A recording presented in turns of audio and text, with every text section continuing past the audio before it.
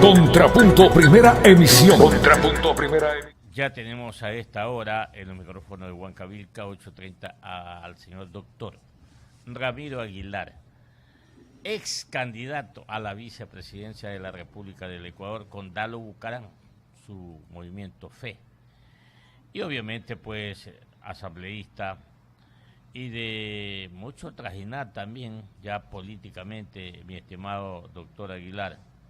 Los saludamos como siempre, afectuosamente acá con Lenín Artieda y Patia Ruiz desde Guayaquil, donde usted está en Quito, y le consultamos con la experiencia que tiene.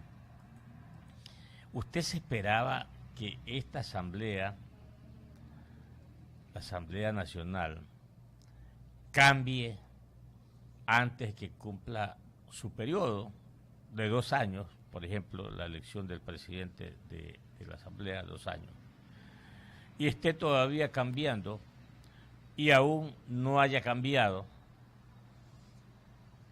¿Qué lectura tiene al respecto, doctor Aguilar? Bienvenido. Muy buenos días, Clever, Lenin, Patricia, un gran saludo a la audiencia de Radio Huancavilca. No me esperaba, de hecho no hay una norma clara en la ley orgánica de la función legislativa que permita una reorganización tan radical de la Asamblea, pero me parece que la Asamblea está respondiendo a nuevos vientos políticos. Obviamente se recompuso la mayoría, y claro, nada de esto habría ocurrido si el expresidente de la Asamblea, Serrano, no entra en conversaciones peligrosas y resbalosas con el excontralor Pol, y esa conversación no la hace pública el fiscal Vaca. Entonces me parece a mí que tal vez el hecho extraordinario que modificó el escenario político en la Asamblea fue la destitución del expresidente de la Asamblea, José Serrano, y la necesaria recomposición de la Asamblea frente a un conflicto interno de un movimiento político que llega ganador en mayo del 2017, pero que se rompe, se quiebra por el rumbo distinto que toma el presidente Moreno, y ese cambio de rumbo, que es paulatino, que no es abrupto, sino que es más bien lento, hace que en un principio las autoridades de las comisiones hayan sido correístas puros, y que esas mismas autoridades hoy impidan el normal desarrollo político de la Asamblea, y la Asamblea se vea obligada a reorganizar las comisiones. 7:14, Lenín. Sí, gracias, economista. Saludos al doctor Aguilar, un abogado, un jurisconsulto que es muy activo en redes sociales. Yo lo sigo permanentemente y quiero consultarle en función de, primero, la parte política. Esta lucha por la fiscalía, doctor Aguilar, se puede percibir en este conflicto, en esta lucha intestina que se está desarrollando, la huella de Rafael Correa, o eso es simplemente un fantasma ya en el escenario nacional? Hola, Lenin. No, yo creo que ahí Correa no tiene nada que ver.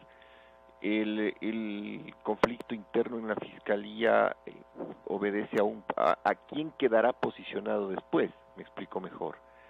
El fiscal Vaca me parece a mí que es un funcionario que está ido, que solamente debe pasar por la necesaria formalidad del juicio político, y eso porque el Consejo de Participación Ciudadana, en este caso, ha mirado para otro lado, porque habría bastado la sesión pública de la Asamblea y obviamente su ausencia de explicaciones en torno al 30 de septiembre y en torno al audio que hizo público para que el Consejo de Participación Ciudadana lo destituyera. Pero como está viendo el Consejo Transitorio para otro lado, la Asamblea tendrá que juzgarlo políticamente. Dudo mucho que se salve. Sería impresentable tanto para el Consejo de Participación Ciudadana cuanto para la Asamblea que el fiscal Vaca se mantenga en el cargo. Y claro, la pelea era por la fiscal subrogante. Él recibió en las últimas semanas 4 denuncias, una de ellas presentada por una ex colega mía, la asambleísta Cristina Reyes, con el objeto que pertenece al Partido Social Cristiano, con el objeto de que ella, que se presume es gente cercana a Serrano, deje la fiscalía subrogante. Pero además me parece a mí que ahí hay una clara mano del fiscal Vaca, que quiere desembarazarse de la fiscal Moreno, porque la fiscal Moreno tenía 3 o 4 indagaciones previas en contra del fiscal titular. Eso hace que la pelea en la fiscalía sea una pelea interna, una lucha de poder, y me parece que no sé si esté confirmado, que han designado como fiscal subrogante accidental, llamémosle así, al fiscal Fabián Salazar, que es un fiscal que ha servido de... Confirmado, doctor Aguilar, es Fabián Salazar el subrogante temporal. Es un fiscal que ha servido de comodín a varios fiscales, al fiscal Pesantes, al exfiscal Chiriboga y al actual fiscal Vaca. Entonces, en ese escenario, Lenin, yo creo que el control de la fiscalía no es en absoluto un tema que implica al expresidente Correa, sino que es más bien un tema que implica a los que quieren quedarse posicionados políticamente a futuro, y desde luego el tener al fiscal general de su lado es algo que les mejora su posición de poder político en el Ecuador. Así se ha manejado esto durante muchos años. Yo en ese escenario, la única respuesta que no tengo es qué fueron a hacer los socialcristianos presentando una denuncia contra la fiscal subrogante cuando en el Consejo de la Judicatura, cuando bien pudieron haberla llamado al pleno como hicieron con Vaca. Entonces, no sé qué participación tengan los socialcristianos en esto, pero que metieron cubiertos en el plato. Estamos en diálogo con el doctor Ramiro Aguilar, ex candidato a la vicepresidencia, ex legislador también, y como legislador fue integrante de la Comisión de Régimen Económico. En base a su experiencia, doctor Aguilar, en esa comisión, ¿cuáles son las expectativas que usted tiene en relación al anunciado programa económico, ahora sí, al programa económico pues que va a presentar el gobierno a finales de mes, se ha indicado, pero con un elemento adicional, el informe preliminar de la Contraloría a la deuda, en donde se señala pues que los límites legales han sido superados y con creces hace tiempo? Bueno, primero la superación del límite legal de la deuda la venía diciendo yo como legislador desde el 2015. Entonces es algo que sencillamente, claro, cuando un legislador lo dice, el pueblo ecuatoriano cree que es un enfrentamiento político.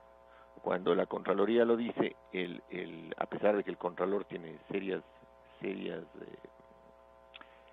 pecados de legitimidad, pero el asunto se vuelve creíble. Pero le repito, esto del sobreendeudamiento del Ecuador y de los contratos reservados de la deuda lo vengo diciendo yo desde mi despacho desde el 2015, cuando fui asambleísta.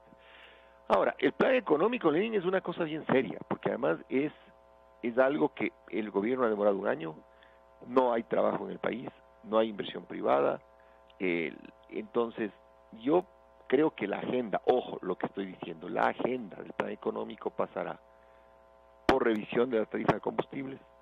Supongo yo que mantendrán el subsidio al gas, pero modificarán hacia arriba el bono de desarrollo humano.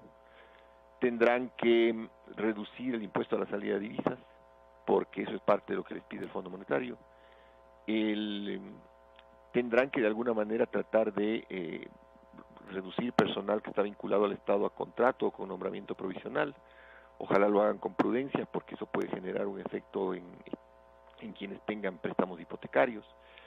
Están hablando de una ley que permita subir los aportes al IES, porque el IES está descapitalizado.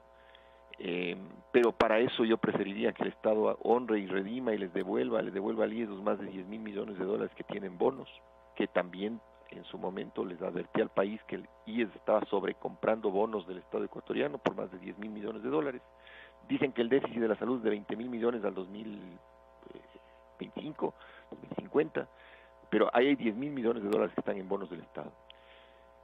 Tendrá que pasar por el tema de la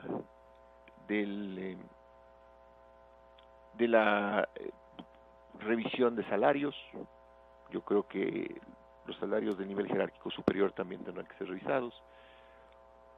Y desde luego queda la gran interrogante de qué hacer para estimular al sector privado. Yo he venido sosteniendo en los últimos días que el Ecuador tiene un gran problema y es que está dolarizado y no puede devaluar. Eso es real. En El Salvador, que es una economía dolarizada, los salvadoreños son 6 millones de personas viviendo en El Salvador, pero tienen 4 millones de salvadoreños fuera. Entonces, casi la mitad del país está fuera. Y entonces las remesas sirven como un elemento de oxígeno de la dolarización porque están llegando dólares nuevos todo el tiempo. En el Ecuador las remesas de quienes salieron disminuyeron considerablemente, muchos ecuatorianos se repatriaron, pero no se repatriaron los grandes capitales, Lenin, los que están fuera. El Servicio de Rentas Internas habla de alrededor de 30.000 millones de dólares del sector privado que se encuentran fuera del país. Y ojo, de aquellos que fueron obtenidos legítimamente, ¿no? que salieron declarando impuestos, no estamos hablando de los millones de dólares de la corrupción, que es otro tema. Entonces, si no hay un incentivo para lo que yo llamo una amnistía monetaria, es decir, un escenario en que el Ecuador le diga al inversor privado, oiga, regrese su dinero al país, lo vamos a registrar porque tenemos que saber quién lo trae, pero no vamos a hacer muchas preguntas y con una condición de que usted no lo haga, no lo deje en el sistema financiero, sino que lo meta al sector productivo y por lo menos permanezca en el país unos 4 años. Obviamente tiene que tributar, porque de lo contrario el Estado no tendría nada a cambio.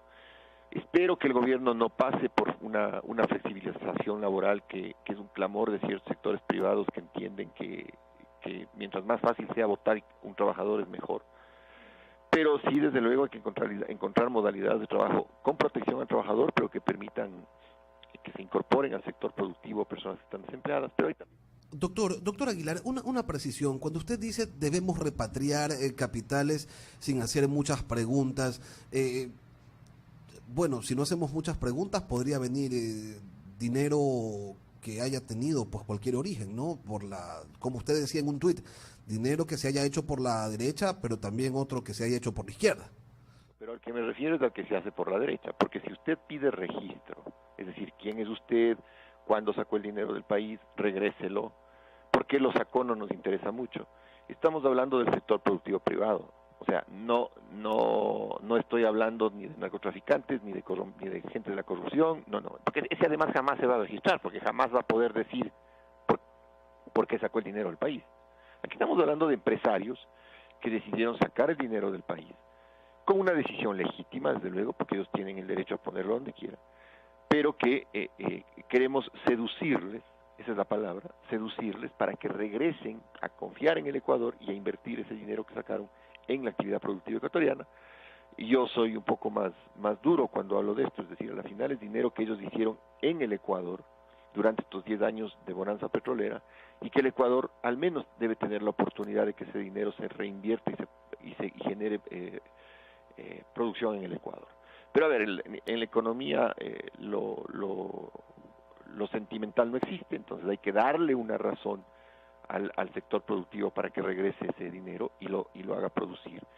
Pero claro, ellos atan el regreso de ese dinero a la flexibilidad laboral, a los paraguas tributarios, eso me parece a mí que es la parte que no está bien. O sea, ese dinero tiene que venir y tributar, y ese dinero tiene que venir al sector productivo, porque si usted le siembra en el sector financiero, lo que va a hacer es que los bancos tengan un gran stock de efectivo, pero no puedan colocar el dinero porque la gente no va a poder pagarlo porque no tiene trabajo para poder tener capacidad de pago.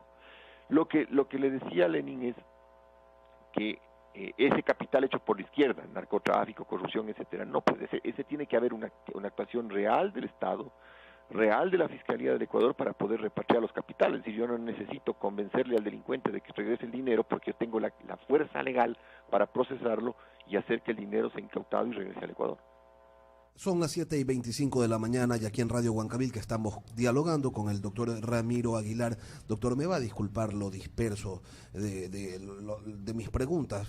Hemos hablado, le he hecho una sobre política, otra sobre economía, y quiero consultarle también su opinión, su lectura a propósito de los acontecimientos que se han venido desarrollando en la frontera norte, en particular sobre lo que ocurrió ayer en el Mataje. Ya las cosas están pasando de castaño a oscuras y no vemos una respuesta contundente por parte de nuestros aparatos de seguridad. Lo único concreto que tenemos es el tibio mensaje del presidente Moreno ayer en la noche. Su criterio, doctor Aguilar. Bien, a ver, Lenin, yo creo que en San Lorenzo es una bomba de tiempo a la que el presidente Moreno no le ha dado la atención que debía. Yo vengo durante varias semanas alertando sobre dos problemas. El problema de la violencia en Tumaco, en Colombia, y en Buenaventura, por los carteles de la droga y por grupos que son renegados de las FARC. Que esto era, Lenin, mucho antes, pero mucho antes de que se produjeran los actos de violencia en San Lorenzo. Les dije, pongan atención a lo que está pasando en Tumaco, porque cuando uno hace política internacional y hace seguridad nacional, que no son ninguna de las dos malas palabras, tiene que saber qué está pasando en sus fronteras y tiene que tener información. ¿Qué pasó en el Ecuador? Se creó la Secretaría Nacional de Inteligencia para espiar políticos y espiar opositores, y se descuidó la labor de inteligencia que cuide la seguridad nacional. Por eso las Fuerzas Armadas en este momento no tienen inteligencia militar y están con un gravísimo problema, y es que están operando en el terreno, en San Lorenzo, en Mataje, en Esmeraldas, sin información. Y la segunda cosa es que, esta es una opinión mía, tengo la impresión de que Moreno o le informó su ministro de Defensa, que debería dimitir, que esto era simplemente un problema delictivo, con explosivos artesanales, de delincuentes violentos, y no le dijo la verdad. Y cuando hay actos de terrorismo, mi querido Lenin, la verdad termina desbordando los aparatos del Estado para poder ocultarla. Entonces, ¿qué pasó en San Lorenzo? Que como el hecho de violencia es tan grave y han habido enfrentamientos con las Fuerzas Armadas ecuatorianas, con morteros, enfrentamientos con armas de guerra, y el explosivo del día de ayer no es un explosivo artesanal, el sentido común le dice a usted que si hay 3 muertos y 11 heridos graves de soldados profesionales, no es que la camioneta se topó con un tanque artesanal, pues hubo seguramente un explosivo de poder militar sembrado en la carretera. Entonces, las Fuerzas Armadas deben recibir la orden política del presidente de la República de operar haciendo contrainsurgencia y haciendo contraguerrilla, ya siendo ofensivos en torno a quienes han atacado la soberanía nacional y en torno a quienes están matando soldados ecuatorianos, quienes lamentablemente al no recibir la orden política de operar ya ofensivamente son blancos móviles de estos grupos militares. La verdad, Lenin... Doctor Aguilar, permítame, discúlpeme la interrupción, Pati Ruiz tiene una consulta también para usted y nos queda poquito tiempo ya. Gracias, Lenin. Efectivamente, buenos días, doctor Aguilar. Esto se debe a la reestructuración que tenemos o que se espera de las comisiones de la Asamblea Nacional, sobre todo porque estas deben ser integrales para que el legislativo realmente pueda trabajar de forma normal, debido a que la mayoría de asambleístas que están en estas comisiones actuales son los que pertenecieron o pertenecen al grupo del expresidente Rafael Correa. Esto obviamente es para que se evite algún bloqueo o genere más estabilidad en lo que es la parte legislativa. ¿Sus percepciones al respecto? No es tanto así. A ver, no es tanto así. Una comisión se reúne, el presidente convoca o pone en conocimiento a los legisladores del orden del día, y los legisladores por mayoría pueden cambiar el orden del día y las decisiones de comisión se toman por mayoría. ¿Por qué se quiere cambiar la presidencia y la vicepresidencia de las comisiones, Patricia? En el fondo es por burocracia. O sea, en el fondo el presidente y el vicepresidente de la comisión tienen más asesores, pueden poner a su gente, a su equipo de trabajo político que trabaja en territorio. Entonces, ¿qué pasó? Al darles en mayo la presidencia y la vicepresidencia de las comisiones a los morenistas, les dieron equipos de trabajo del Parlamento que terminan haciendo trabajo político territorial a favor de Correa y en contra del gobierno. Entonces, la lógica política, no tanto la lógica legal, la lógica política le dice, ok, despidan a este presidente y a este vicepresidente, pongan a nuestra gente y nuestra gente a su vez pondrá a sus propios asesores y subalternos que terminen bajando al territorio y trabajando en política a favor del gobierno de Moreno y no a favor de Correa. Pero de ahí que sea para desbloquear el trabajo parlamentario, no es tanto así. Salvo en aquellas comisiones en las que los correístas tenían mayoría y que el expresidente Serrano terminó salvando el problema creando comisiones ocasionales, sea para el tratamiento de la ley de plusvalía o sea para el tratamiento de la ley del Consejo de Participación Ciudadana. Doctor Aguilar, le quedamos agradecidos y ojalá pues cuando venga al Manso Guayas lo tengamos nuevamente acá en los estudios de Huancavelica 830M. Un abrazo para usted. Para mí siempre será un gusto y un saludo a todos en la mesa y a la audiencia. Huancavelica, la H grande de la información.